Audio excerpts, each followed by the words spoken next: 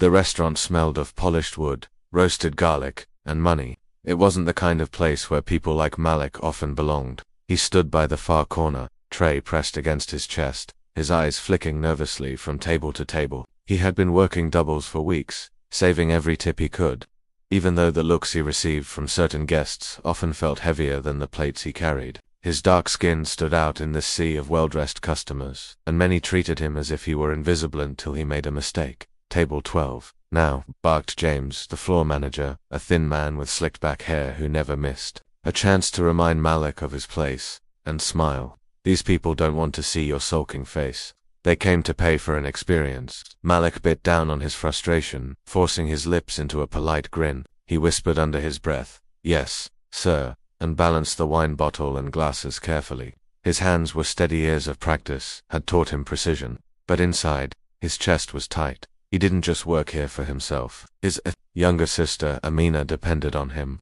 Her asthma medication, her school tuition, their rented, all came from his long hours in this restaurant.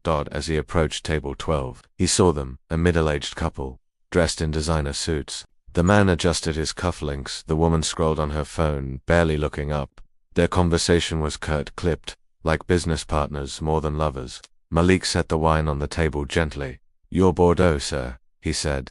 The man frowned at him, then muttered something harsh under his breath in German. The woman laughed lightly, as if mocking Malik without him knowing. They assumed he wouldn't understand, but Malik understood every word. "Of course they send us someone like him," the man sneered in German. "Probably doesn't even know what he's serving." Malik froze, the words hitting him like a slap. He had learned German years ago, in a cramped apartment with his late father. His father, a linguistics professor who once dreamed of teaching abroad, had taught him every night, insisting, "One day, Malik, your words will open doors that money and power try to keep shut." After his father's death, Malik never stopped practicing, even if no one believed him capable of such knowledge. Malik's heart pounded. He had two choices: stay silent, let their insults slide like so many others, or answer back. His lips parted before he could stop himself. "Wollen Sie das ich den Wien de Conti, oder möchten Sie in Soffert probieren?" he asked smoothly. Couple's heads snapped up, eyes wide. The man's fork clattered onto his plate. Malik's voice was calm, but his gaze steady, unflinching. You speak German?" the man stammered, this time in English. "Yes, sir," Malik replied, evenly, his accent precise. "And I understood everything you said. Shall I pour the wine?" The silence at the table was sharp as glass. The woman flushed red, quickly lowering her eyes.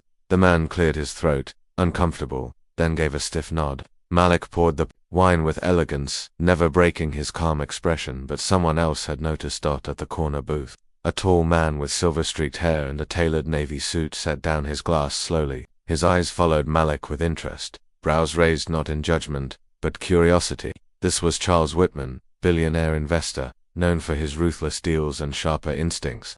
He had seen arrogance 1,000 times before, but rarely had he seen quiet strength like this, hidden in a waiter's composure. As Malik walked back toward the kitchen, whispers trailed behind him. Some guests had overheard. James, the manager, pulled him aside with a scowl. "What the hell was that?" he hissed. "Showing off. Do you think anyone cares what languages you know? You're here to serve food, not impress people." Malik's jaw tightened. He wanted to say something, but years of experience told him silence was safer. He lowered his eyes and muttered, "Understood." James sneered. "Next time, keep your mouth shut, or you'll regret it." Malik returned to his duties, pretending. The words didn't sting, but inside, something had shifted. For the first time, he had refused to be invisible. The night wore on, each second dragging. By closing time, his legs ached, and his back burned. He slipped into the locker room, pulling off his apron, when he noticed an envelope tucked into the pocket of his jacket. His brows furrowed. He hadn't put it there. Carefully, he pulled it out, a ticket first class and a folded note. His hands shook as he opened it. "I saw what you did tonight. Do not waste your gift." C.W. Malik's breath caught. The billionaire had been watching. Malik sat in the dim locker room, staring at the ticket and note as if they might vanish at any second. His calloused fingers traced the embossed lettering of the airline, first class. The very thought felt absurd. He hadn't even been inside an airport since his father's funeral, when his mother couldn't afford to fly his body back home. Note was brief, but the weight of its words pressed against his chest. Do not waste your gift. He swallowed hard, eyes burning. What gift? Speaking German in a fancy restaurant while people mocked him. He shook his head, slipping the ticket back into the envelope before anyone could see. If James found out, he'd accuse him of stealing. The locker room door creaked open. Devon, another waiter, peeked in. He was Moloch's only real friend, Hirtle, lanky with a mischievous grin that covered his own struggles. You good man, you've been sitting there forever. Malik forced a smile. Yeah, just tired. Devon raised an eyebrow. Tired? Brother, you looked like you dropped a bomb on table 12. Everyone's been talking about it. You spoke German since when? Malik sighed. Since always, my dad taught me. I just don't talk about it.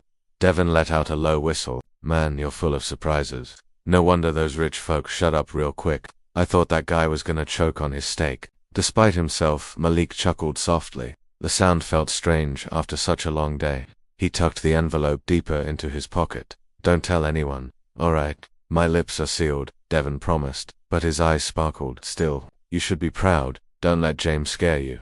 That manager's just jealous. He can barely order fries in English. Malik shook his head, grabbed his worn backpack, and stood. I gotta get home. Amina's waiting. The streets outside were quiet, the glow of neon signs reflecting in puddles left from an earlier rain. Malik pulled his thin jacket tighter around him.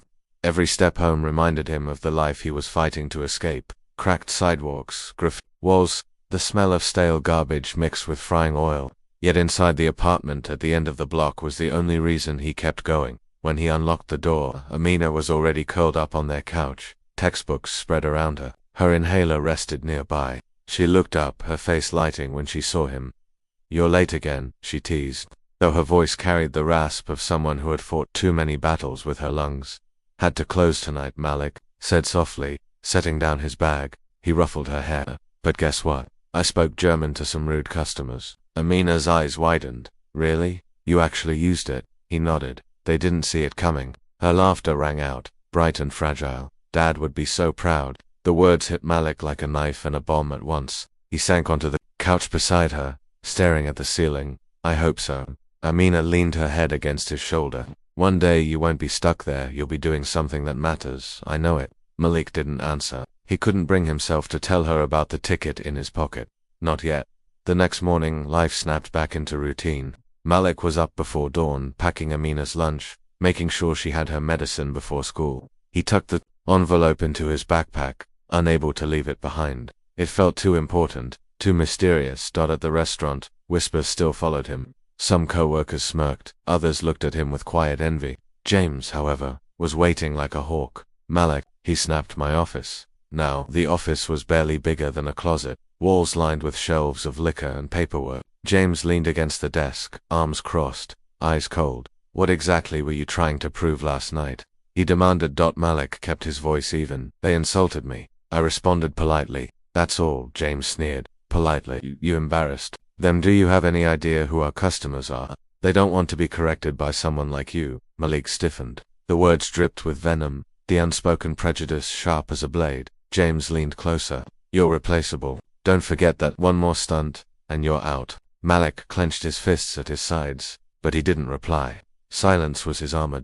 When he stepped out, Devon caught his eye. He chewed you out, didn't he? Malik forced a smile. Nothing new. The day dragged on. Every order, every complaint, every glare weighing heavier. But around midday, a familiar figure entered the restaurant. Charles Whitman, the billionaire. He didn't sit in the private booths this time. He chose a seat near the center, where everyone could see him. His presence sucked the air from the room.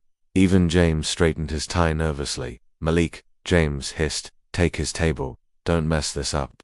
Malik approached with measured calm, though his pulse raced. Good afternoon, sir. May I take your order? Whitman studied him with sharp eyes. I'll have the chef's recommendation. And water, please. His voice was steady, commanding. Then he added, and I want you to serve me. Malik blinked. Of course, sir. Throughout the meal, Whitman said little, but he watched everything: how Malik balanced the trays, how he spoke to each guest with patience even when they dismissed him, how his eyes softened whenever he smiled. There was something deliberate in the billionaire's silence, as though he were waiting for the right moment. When the meal ended, Whitman slipped a card onto the table with the bill. Come see me tomorrow morning, 10 sharp. Malik froze. The card bore the name of Whitman, Global Holdings. Whitman rose, leaving without another word. James rushed over, snatching the bill. His eyes fell on the card, then flicked up in suspicion. What's this? Why would he give this to you? Malik tucked it quickly into his pocket. Guess you'll have to ask him, he said quietly, then walked away before James could say more. That night, at home, Malik pulled both a card and the envelope from his bag. Amina's eyes went wide when she saw them.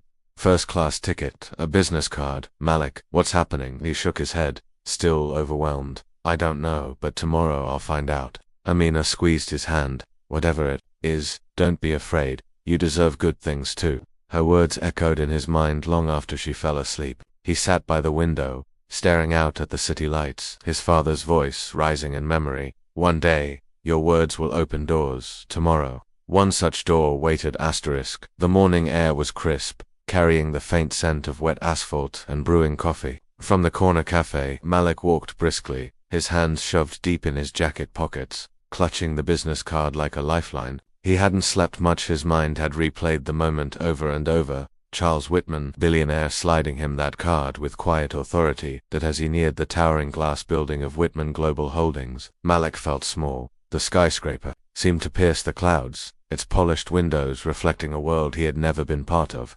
Security guards in navy uniforms eyed him as he approached the revolving doors, their suspicion sharp. Malik adjusted his tie, the same faded one he wore 2 job interviews years ago, and cleared his throat. Name? One guard asked, unimpressed. Malik Johnson, he replied. I have an appointment.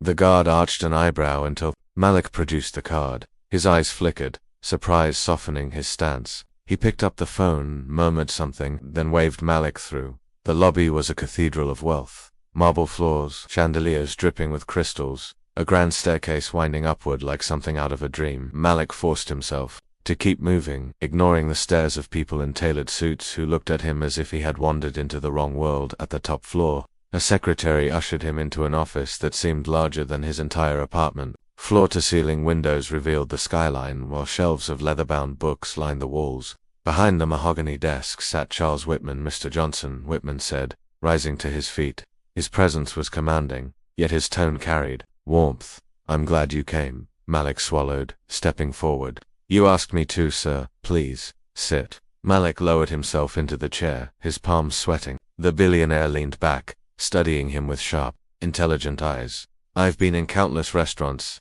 dealt with thousands of people, Whitman began. But last night, I saw something rare. You were insulted in a language they assumed you couldn't understand. Instead of anger, you responded with dignity. That shows strength and intelligence. Malik shifted uncomfortably. Compliments felt foreign. I just didn't want them to think I was beneath them. Whitman nodded. Exactly. You refused. Invisibility, that is a gift, Malik, and gifts should not be wasted.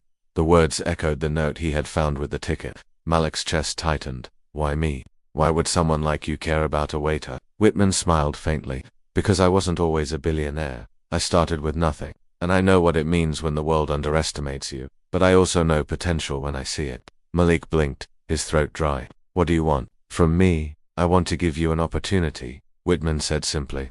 A scholarship, if you will. Education, mentorship, a chance to use your talents beyond carrying trays. You're fluent in German. Yes, Malik whispered. Any other languages? A little French, some Spanish.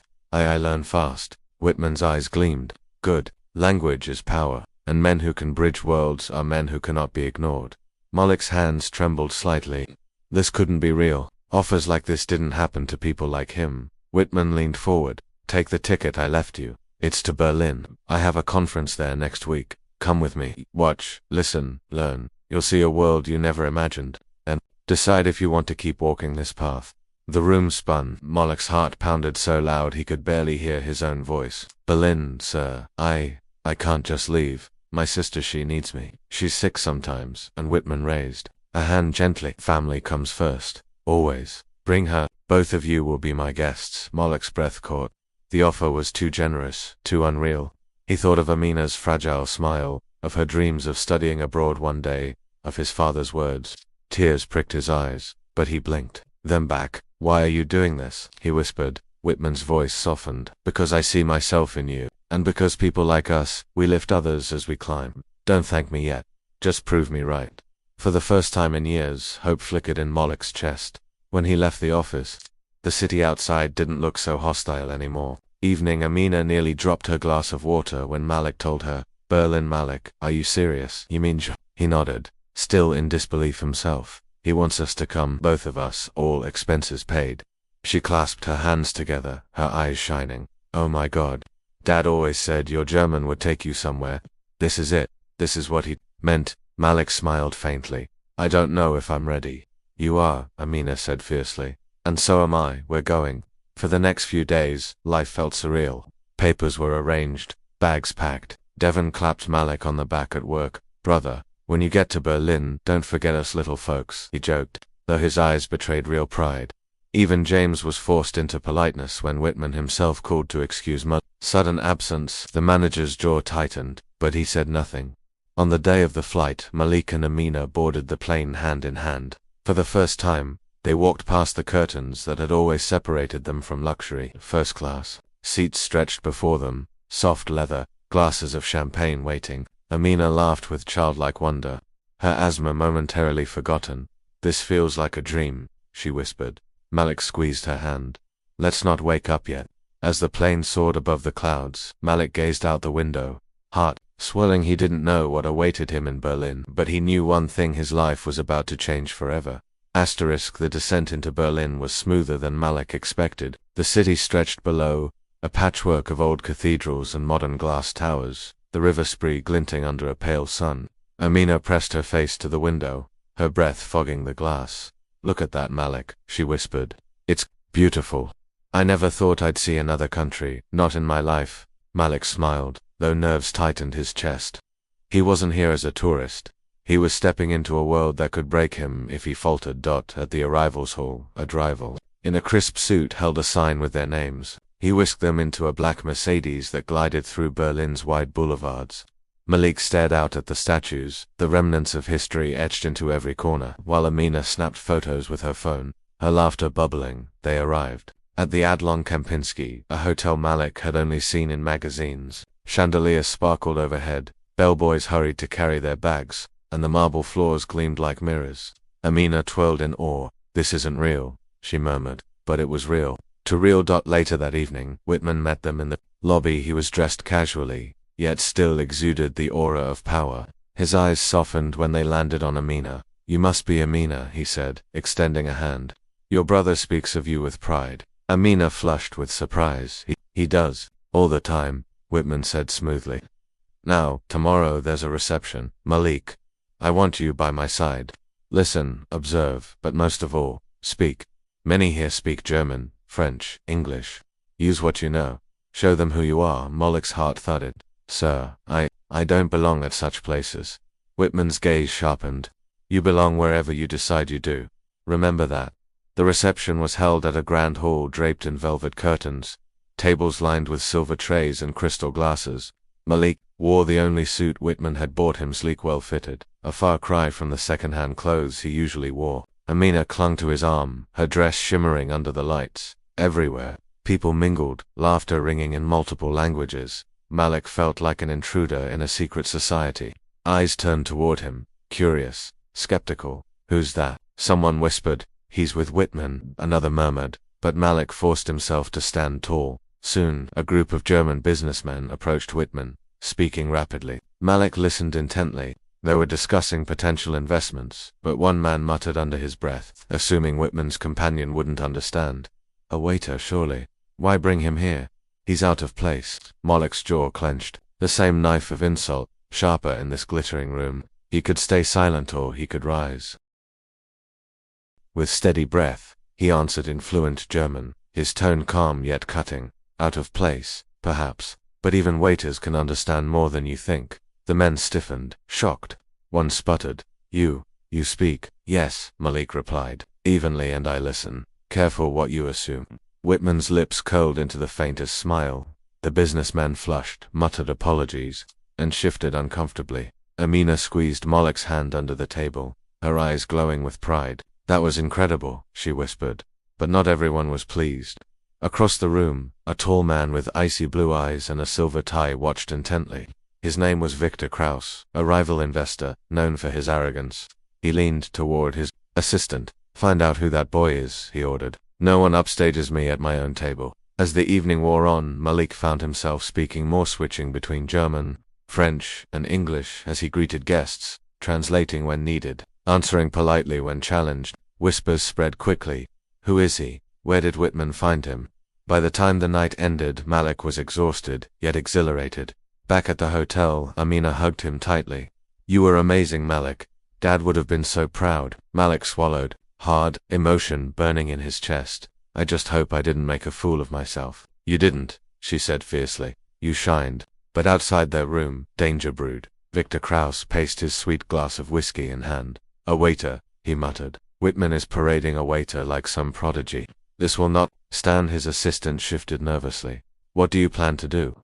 Krauss's smile was cold. "Expose him. Show the world he's nothing more than a poor boy playing dress-up.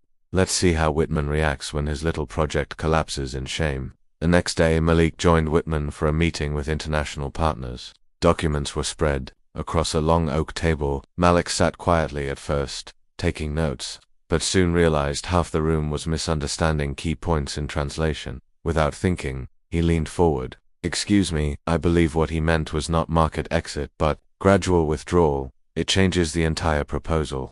The room stilled, heads turned. The speaker nodded slowly. "Yes, that's correct. Thank you." Whitman's eyes gleamed with pride. Malik had not only caught the mistake, but corrected it respectfully, saving the discussion.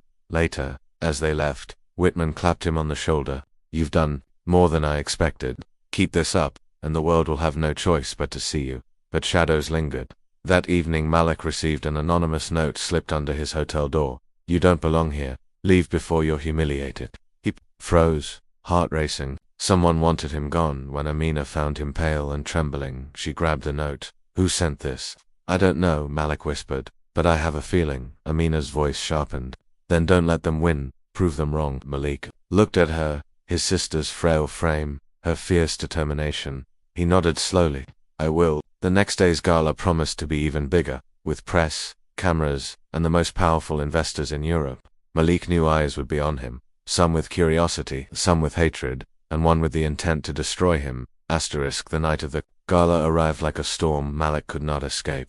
Berlin's city lights sparkled against the black sky as limousines rolled up to the historic museum hall where the event was held. Inside, the atmosphere buzzed with wealth and power. The red carpet gleamed, cameras flashed, and every guest carried an air of superiority as if the world itself bent to their presence. Malik stood near the entrance, adjusting the cuffs of his suit nervously. Whitman had insisted he wear one tailored specifically for the night, a sleek black ensemble that fit so perfectly Malik barely recognized himself in the mirror. Amina, dressed in a soft blue gown, beamed beside him, though her breathing was shallow. She clutched her inhaler like a secret weapon. "You look like you belong here," she whispered. Malik shook his head faintly.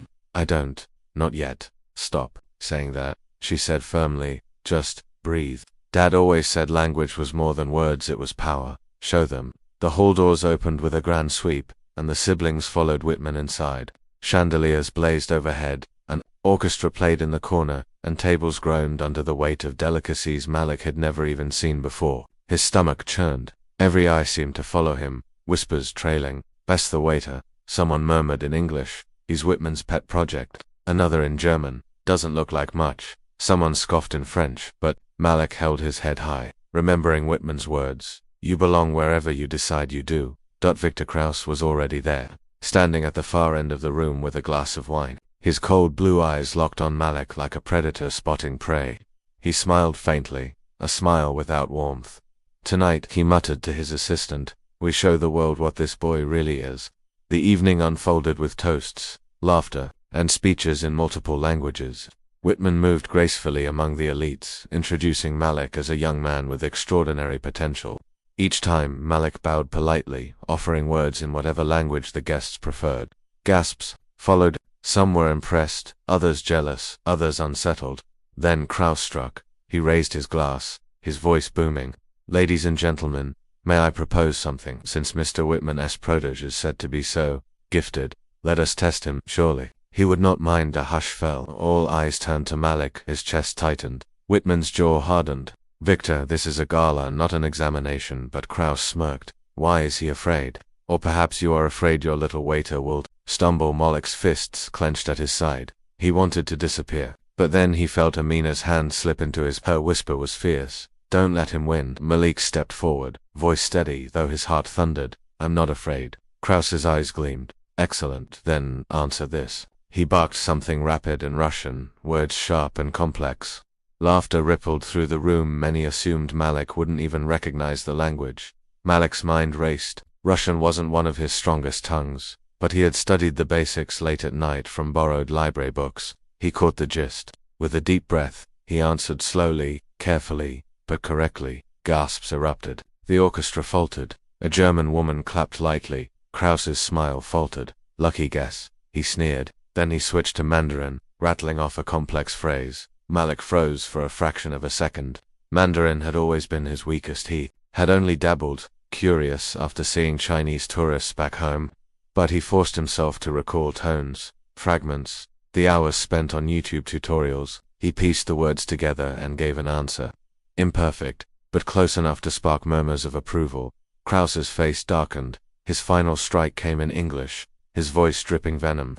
Tell me, boy, do you really think you can stand here with us? You serve tables, that is all you are. The insult rang loud. Silence followed, every guest holding their breath.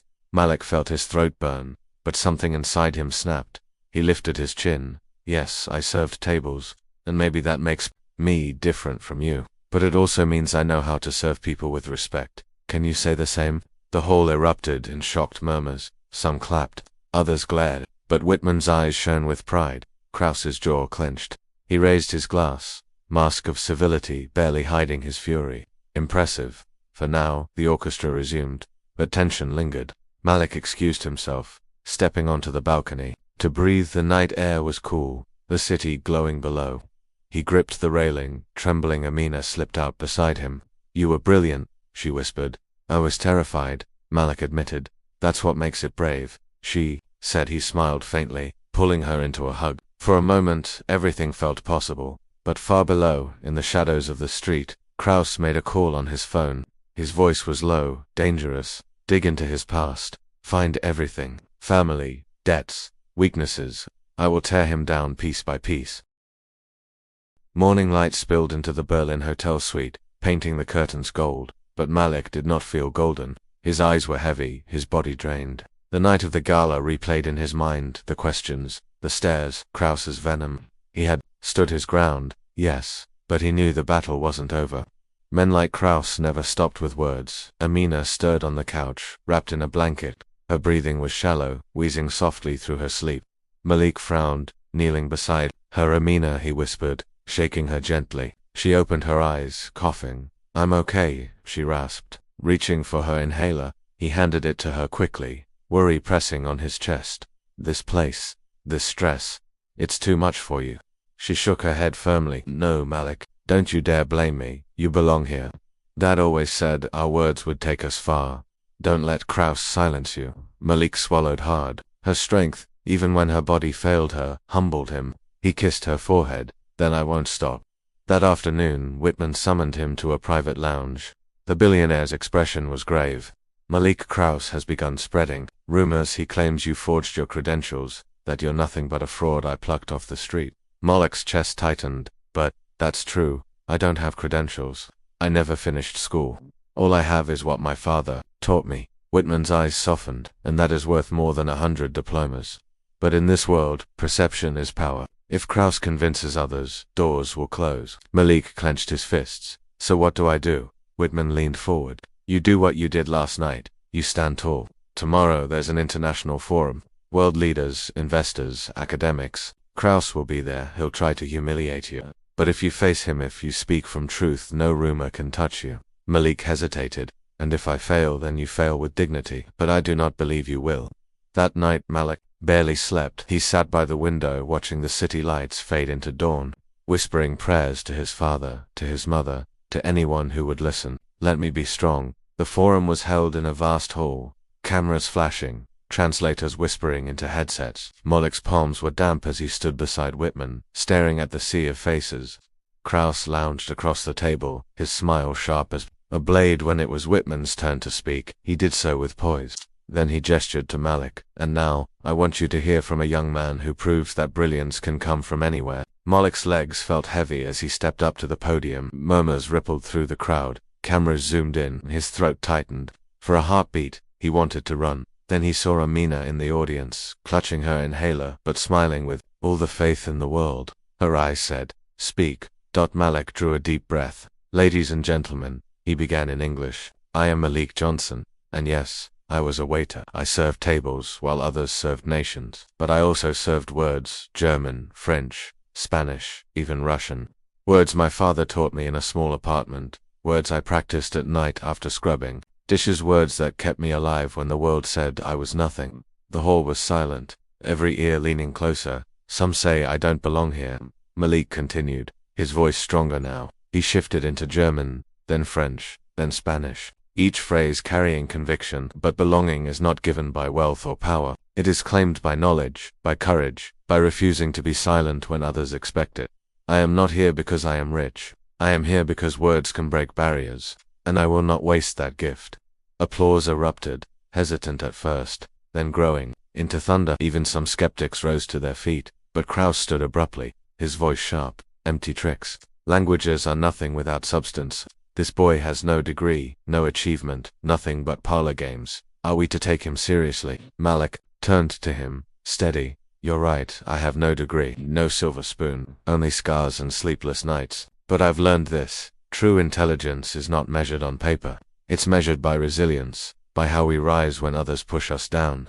And you, sir, with all your wealth, do you know what resilience tastes like?" Gasps filled the room. Kraus's face flushed red, his composure cracking. Whitman rose, clapping slowly. "Well said, Malik." The applause swelled again, this time unstoppable. Kraus sat down, defeated, his glare burning but powerless afterward. As the forum ended, people surrounded Malik, shaking his hand, asking questions, offering contacts. For the first time, he wasn't invisible, he was seen.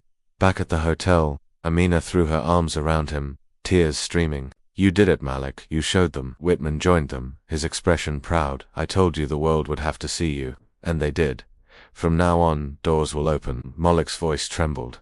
"Thank you, sir, for believing when no one else did." Whitman shook his head. "No, Malik, you did this. I only gave you a chance. You built the rest." Later, alone in his room, Malik pulled out the note that had started it all. "Do not waste your gift." He smiled through tears. "I won't, Dad," he whispered. "I promise."